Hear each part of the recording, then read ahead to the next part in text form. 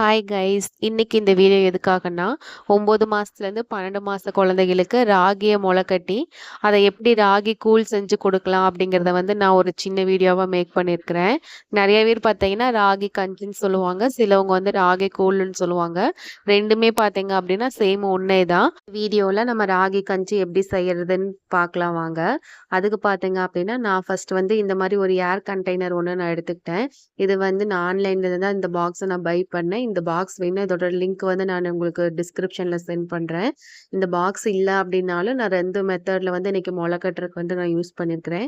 ஒன்று பார்த்தீங்க அப்படின்னா இந்த பாக்ஸ்ல போட்டு நம்ம முளை கட்டிக்கலாம். அப்படி இல்லை அப்படின்னா இந்த துணியில தண்ணியை நல்லா முக்கி எடுத்துக்கோங்க. அதை நல்லா புளிஞ்சு எடுத்ததுக்கு அப்புறம் அதில் கொஞ்சம் ஈரப்பதம் இருக்கும்.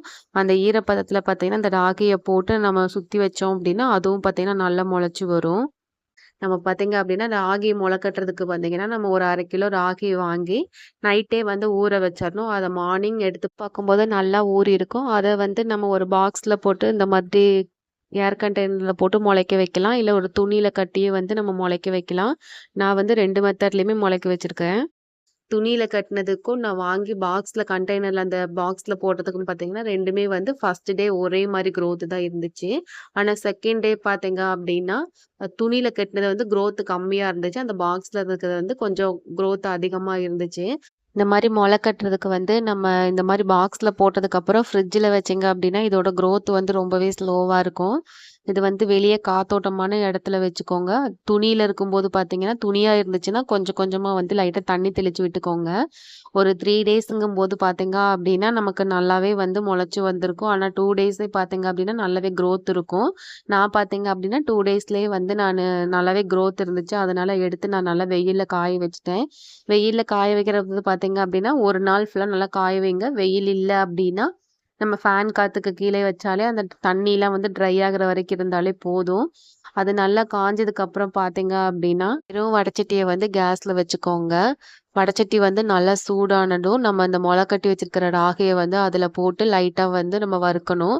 இதை கருக விடாமல் நல்லா வறுத்துட்டே இருந்தோம் அப்படின்னா கடைசியில் நல்ல ஒரு ஸ்மெல் வரும். அந்த ஸ்மெல் வர வரைக்கும் நல்லா வறுத்துக்கோங்க.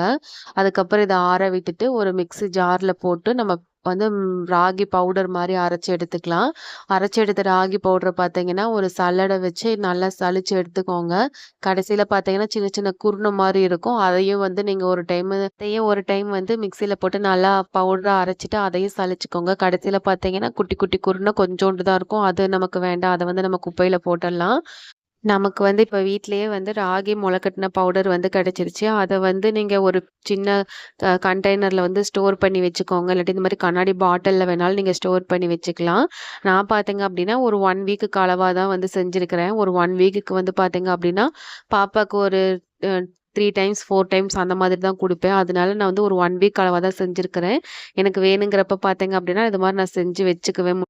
ராகி பவுடர் ரெடி ஆயிடுச்சு. இதை வச்சு நம்ம ராகி கஞ்சி எப்படி செய்யறதுன்னு பார்க்கலாம். அதுக்கு பார்த்தீங்க அப்படின்னா நம்ம குழந்தைங்க எவ்வளோ குடிப்பாங்களோ அந்த அளவுக்கு நீங்கள் கொஞ்சமாக ஒரு பவுலில் இந்த ராகியை நம்ம அதில் எடுத்து போட்டு கொஞ்சம் தண்ணி ஊற்றி நல்லா மிக்ஸ் பண்ணிக்கோங்க.